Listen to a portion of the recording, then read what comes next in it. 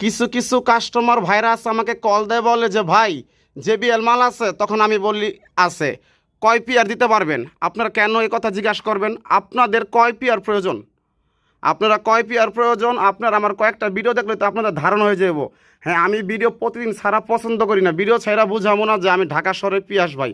আমার দোকানে লোকেশনে আপনারা আইসা পড়েন। যদি আপনাদেরকে আপনাদের চাহিদা অনুযায়ী মাল না দিতে পারি, তাহলে আপনারা দুই কথা বললেন, বাস্তবে আইসা কোনো মোবাইলে বলার কোনো প্রয়োজন নাই। যার যেরকম মাল লাগে ইনশাল্লাহ আইসা দেখে চেক করে নিয়ে যাবেন। ভাই ভিডিও ছাড়া এটা খুব ঝামেলার ব্যাপার। মাল গুছানো লাগে, এই করা লাগে, মাল সিরিয়ালে আনতেছি, সিরিয়ালে বিক্রি করতেছি। ভিডিও ছেড়ে কী বোঝামো যে আমার কাছে মাল আছে? এটা আমার কাছে মানে অনেক খারাপ লাগে। মানে ভিডিওর ভিতরে আসলে এই যে পিয়াস ভাই না আসলে কিউ না, আমি ফেমাস হওয়ার জন্য আসি নাই। আমার দরকার কি, মূল ব্যবসাটা আমার হলো সম্মানী।